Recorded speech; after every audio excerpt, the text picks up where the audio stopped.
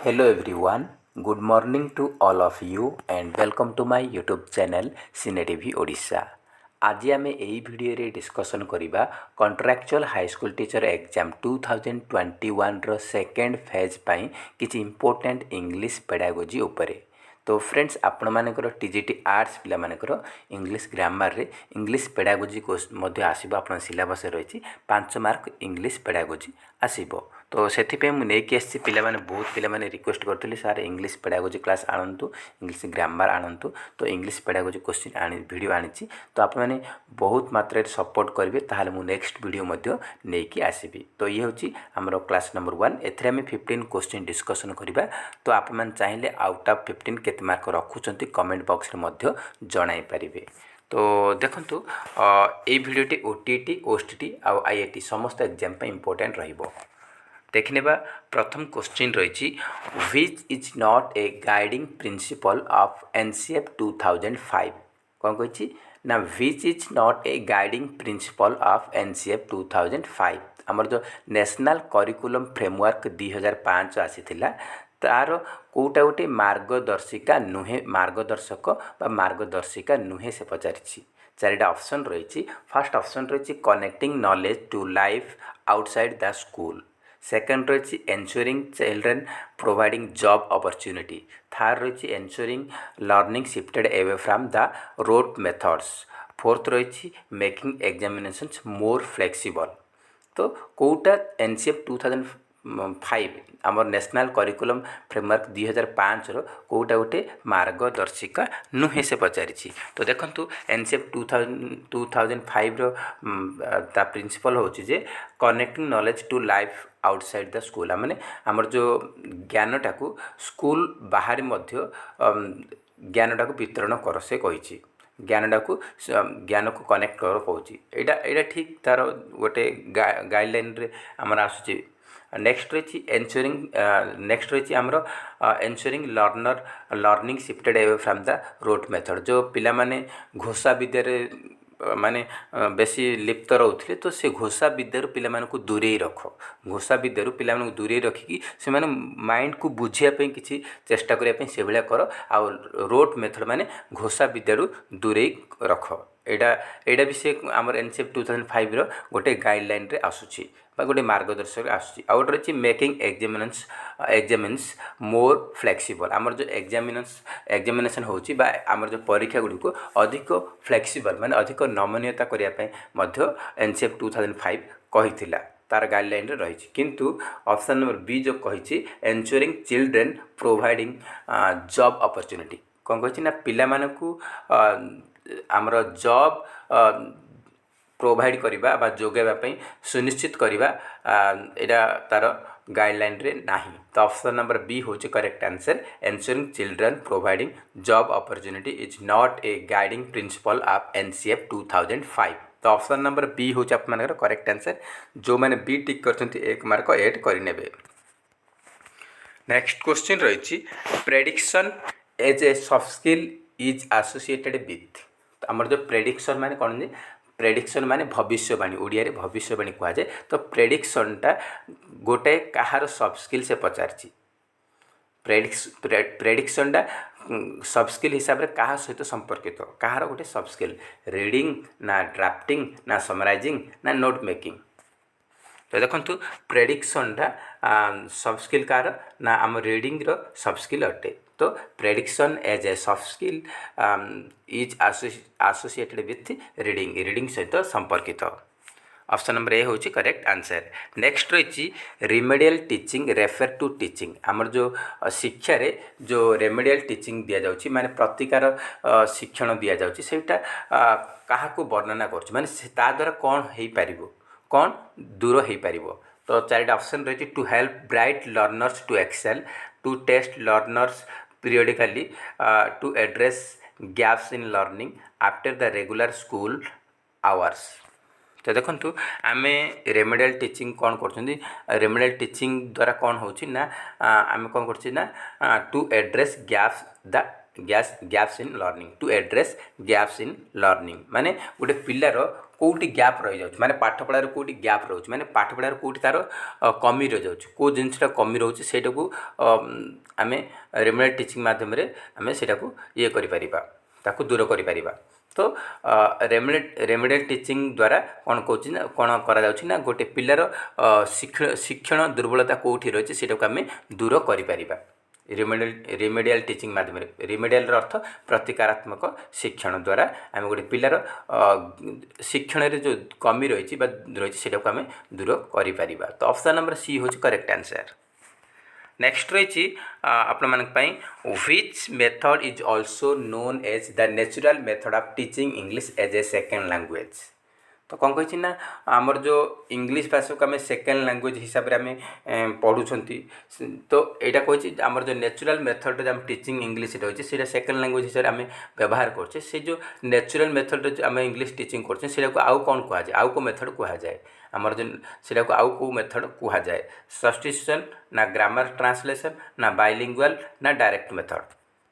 तो natural method को आम डायरेक्ट मेथड मध्य कही था। ऑप्शन नंबर 4 हूँ correct answer direct method.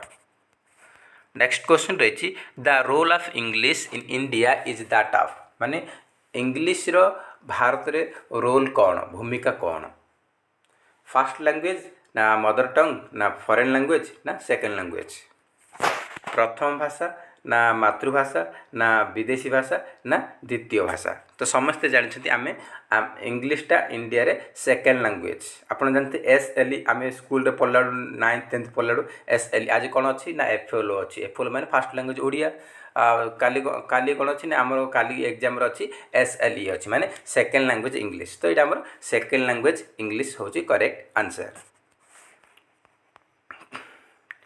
Next रही the correct order for teaching language skill is. तो आमर जो लैंग्वेज स्किल को शिक्षापी करेक्ट ऑर्डरटा करेक्ट सिक्वेन्सटा कौन से पचारि क्रमानुसार तार लैंग्वेज स्किलटा कौन रहा दरकार से पचारि चारिटा ऑप्शन रही speaking listening writing reading speaking writing listening reading listening speaking reading writing listening reading speaking writing. तो देखो आमर जो लैंग्वेज स्किल जो टीचिंग करेक्ट ऑर्डर होची लिसनिंग स्पीकिंग रीडिंग राइटिंग प्रथमे कथन आम ओडिया भी पेडागोजी आसो आप कहते पिला माने तो प्रथमे कथन तापरे आपण मानकर सॉरी लिसनिंग प्रथमे आपण मानकर श्रवण तापरे कथन तापरे आपण मानकर पठन तापरे लिखन एटा जदि ओडिया आपण माने आसुची ताले सेम किछि फरक नहीं खाली आम ताको आम ट्रांसलेशन करिया दरकार। लिसनिंग माने आमर श्रवण स्पीकिंग कथन आउ रीडिंग पठन आ राइटिंग लिखन श्रवण कथन पठन लिखन ओडिया रे जदि आसबो सेम किंतु ओडिया रे आपमर पेडागोजी आसबो नै पिलाने कहउछन जदि आसीबो ताहाले आपन प्रिपरेशन करी मु OTT पई बहुत गुडा ओडिया पेडागोजी क्लास करछि आपने से गुडा को देखिबे मु टेलीग्राम चैनल मध्ये प्रोवाइड कर दी ओडिया पेडागोजी आपने देखि परिबे। तो ये आम करेक्ट आंसर होची option number 3 listening speaking reading writing यहाँ को आम सर्टकट रे LSRW मध्य कहि परिबा LSRW listening speaking reading writing. Next question रही a child having some problem in seeing objects according to NCF 2005 he should be admitted in तो ये ACC लिखी ये अकॉर्डिंग ये पूरा लिखिनी। तो देखो कौन कही ना गोटे पिला किसी वस्तु को देखिबारे गोटे पिला गोटे वस्तु को देखिबारे किसी समस्या हो किसी प्रोब्लेम तार आसूची तो आमर NCF 2005 अनुଯାयी से पिला को कौ स्कूल रे एडमिट करवा उचित ओपन स्कूल ना स्पेशल स्कूल ना इनक्लूसिव स्कूल ना इंटीग्रेटेड स्कूल। तो देखो जदि वस्तु को देखिबारे गोटे पिलार किसी समस्या रोची ताहाले NCF 2005 अनुଯାयी से पिला को इनक्लूसिव स्कूल रे जॉइन करबा उचित। इनक्लूसिव स्कूल रे समस्ते पढ़ती से डिफरेंटेबल पिला माने पढ़ती डिसेबिलिटी पिला माने पढ़ती से सबू पिला माने सेठी पाठ पढ़ती। तो NCF 2005 अनुଯାयी ACC लिखा तो अकॉर्डिंग एटा अकॉर्डिंग माने अनुଯାयी NCF 2005 अनुଯାयी he should be admitted in inclusive school. Option number C होची करेक्ट आंसर। नेक्स्ट रही teaching of English in India as a second language has been very important and inevitable since. तो कौन कही आमर जो भारत में इंग्लिश भाषा को द्वितीय भाषा भाव आम शिक्षा नौ जहाँकि अत्यंत गुरुत्वपूर्ण एवं अपरिहार्य। कहीं से पचार कहीं India is a multilingual nation माने भारत गोटे बहुभाषीय देश। India Indian language books are mostly written in English माने इंडिया जो बुक गुड़ाक अच्छी इंडिया जो बुक गुड़ाक बहुत सब गुड़ाक बुक प्राय इंग्लिश भाषा लिखा जाइए ना इंग्लिश इज फॉरेन लैंग्वेज ना इंग्लिशटा गोटे विदेशी भाषा ना English is a link and international language इंग्लिशटा गोटे लिंक माने अन्य भाषा सहित जोड़ुची एवं अंतरराष्ट्रीय भाषा अटे। तो कौन हम करेक्ट आंसर पचारि तो ये आम सठिक आंसर होची ये कौन हम ना ऑप्शन नंबर डी हम correct answer English is a link and international language. तो ऑप्शन नंबर डी हूँ आप करेक्ट आंसर। नेक्स्ट रही crossword puzzle is use during the डेस स्टेज ऑफ लेसन। तो आमर क्रॉसवर्ड पजल सेटा आम जो आम लेसन पढ़ुं तार कौ स्टेज आम यूज कर pre reading post reading pre preparation while reading. तो आप सिलेबस अनुଯାयी क्वेश्चन नहीं आसी रही सीसी आमर सिलेबस रही pre reading post reading while reading उपर रही एनसीएफ उपर आप सिलेबस रही से हिसाब से क्वेश्चन नहीं आसी। तो आप अधिक मात्रा सपोर्ट करेंगे आप निहाती भाव नेक्स्ट वीडियो काली की नहीं आसबि। तो ये कौन कही ना crossword puzzle is used during the day stage of lesson आमर को स्टेज रे ना पोस्ट रीडिंग स्टेज रे। ऑप्शन नंबर बी हूँ correct answer post reading stage of lesson. Next question रही English is considered to be second language in our state because it is. तो इंग्लिशटा को आम आम राज्य में द्वितीय भाषा रूप आम कंसिडर करिसेंती कारण कौन से पचार कारण कौन ओनली अवेलेबल एट होम केवल आम घर ही इंग्लिश भाषा कहूँ ना ओनली अवेलेबल इन स्कूल केवल स्कूल रे इंग्लिश भाषा पढ़ा जाए ना available in the school and surroundings available everywhere ना सब जगह पढ़ा तो इंग्लिश कह जाए। तो ये आम करेक्ट आंसर होची available in the school and surroundings आम स्कूल रे पढ़ा जाए इंग्लिश उपरे आउ तार चतुर्पार्श्व सराउंडिंग मान चतुर्पार्श्व आमर परिवेश आम इंग्लिश भाषा कह जाए से यहाँ को आमर सेकेंड लैंग्वेज हिसाब से रखा जाए। तो ऑप्शन नंबर सी हूँ करेक्ट आंसर। नेक्स्ट रही in order to access the all round development of a learner the teacher has to take the help of। तो कौन कही जदि गोटे पिलार सर्वांगीन उन्नति करने को चाहूँगी जदि गोटे पिलार सर्वांगीन विकास करने चाहूँ जन शिक्षार्थी ताहले गोटे शिक्षक कौ स्टेप नेबा उचित को कहार साहाय्य नेले से गोटे पिलार सर्वांगीन विकास करें गोटे शिक्षार्थी सर्वांगीन विकास करें से पचारि। तो यूनिट एंड इभालुएसन ना टर्म एंड इभालुएसन ना सीसीई ना मंथ एंड इभालुएसन। तो देखो गोटे शिक्षार्थीर सर्वांगीन विकास करने टीचर जड़े क्या साहाय्य ने CC continuous and comprehensive evaluation द्वारा सेटा गोटे पिलार ऑलराउंड डेवलपमेंट करी हेबो। ऑप्शन नंबर सी हूँ करेक्ट आंसर। नेक्स्ट रही आप नेक्स्ट ये आंसर शो हो जाए टेंशन नेबार ना holistic evaluation of learners is done by holistic evaluation जहाँ आमर ऑलराउंड इभालुएसन ताहा। तो देखो होलिस्टिक इभालुएसन माने गोटे सर्वांगीन मूल्यांकन लर्नर कौन हुए ये मूल आंसर डायरेक्ट हो जाए। तो ये टेंशन नेबार नहीं ये आम करेक्ट आंसर होची continuous and comprehensive evaluation. Continuous and comprehensive evaluation द्वारा जड़े पिलार होलिस्टिक इभालुएसन हो पारिबो। नेक्स्ट रही summarizing note making and reporting are associated with this skill.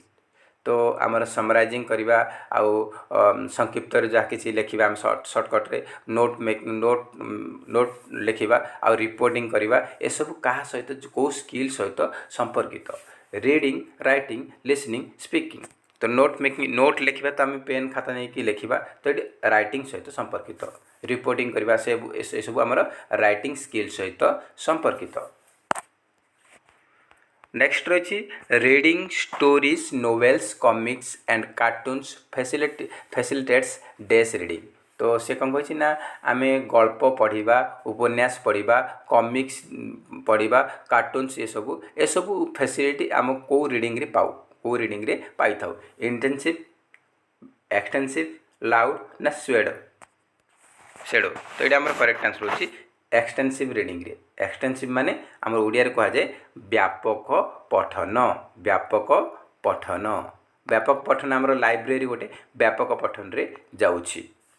तो लाइब्रेरी रे आमे स्टोरी बुक नोवेल्स ये सब उपन्यास बहुत गुड़ा बुक्स आमे पढ़ा मिली थाए। तो ये ऑप्शन नंबर बी हूँ एक्सटेंसिव रीडिंग बा व्यापक पठन। नेक्स्ट क्वेश्चन रही आज last question deficiency in A learner can be taken care through of dash. जड़े शिक्षार्थी शैक्षिक दुर्बलता रही तो ताकू दूर करने आम कौन करवा उचित।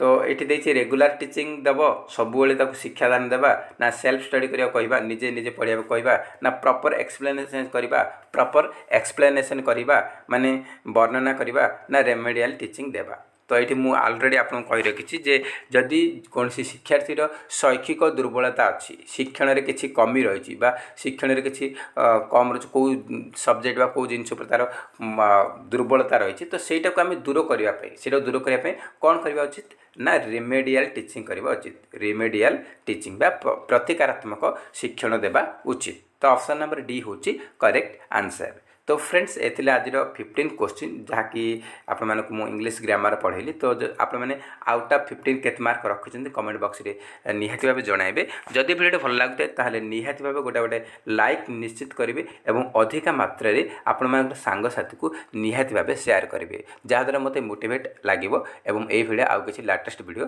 देवाई। तो फ्रेंड्स जय हिंद जय जगन्नाथ।